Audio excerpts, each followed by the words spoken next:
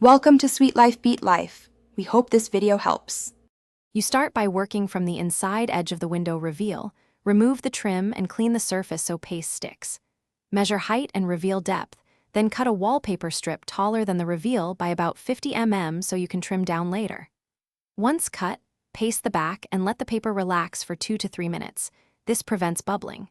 Make sure the pattern aligns with adjacent walls because matching now saves tedious fixes later. You position the top inside corner first and press the strip into the reveal. This gives you a stable starting point and prevents misalignment. Smooth outward with a soft brush or seam roller, keeping pressure toward the edge to seat paper into the corner. Once the face is flat, use a straight edge and a sharp blade to trim vertical excess at the jamb. Cut in small pulls, not one long stroke, so you don't tear the paper or gouge the plaster. You replace the trim only after seams are dry enough to hold. Wipe away paste residue with a damp sponge and inspect the reveal edge. If you see tiny lifts, use a small brush to inject paste under the edge, press with a seam roller, and allow to dry. This secures the paper without distortion.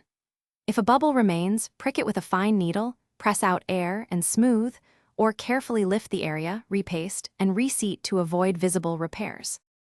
Thanks for watching. Consider subscribing if we helped you.